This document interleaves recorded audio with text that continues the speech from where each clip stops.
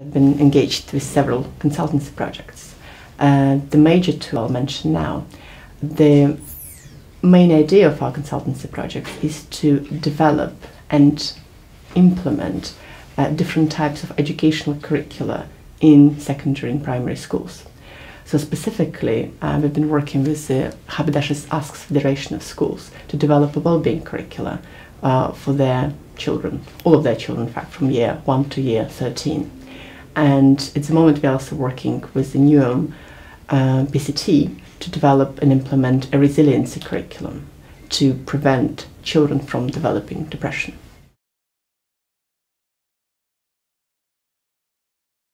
It's actually quite hard to fit consultancy work into your full-time job because there are only so many hours in a day. Nevertheless, I think consultancy work is probably one of the most enjoyable parts of my job. It's absolutely fantastic because you are actually faced with the real world, with real people, with real questions and real problems. And by helping them and by solving those questions, by finding solutions to those questions, you're actually doing something that's meaningful. Because I think sometimes you can get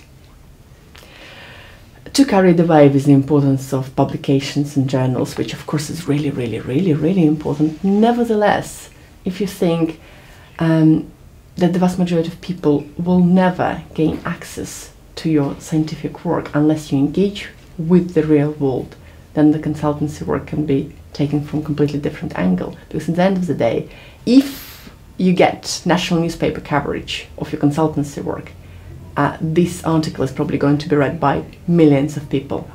Far more people than would ever read your journal publications. You are going to actually reach so many more people with the work you're doing in the real work, in the real world, in comparison to those people who are reading academic journals.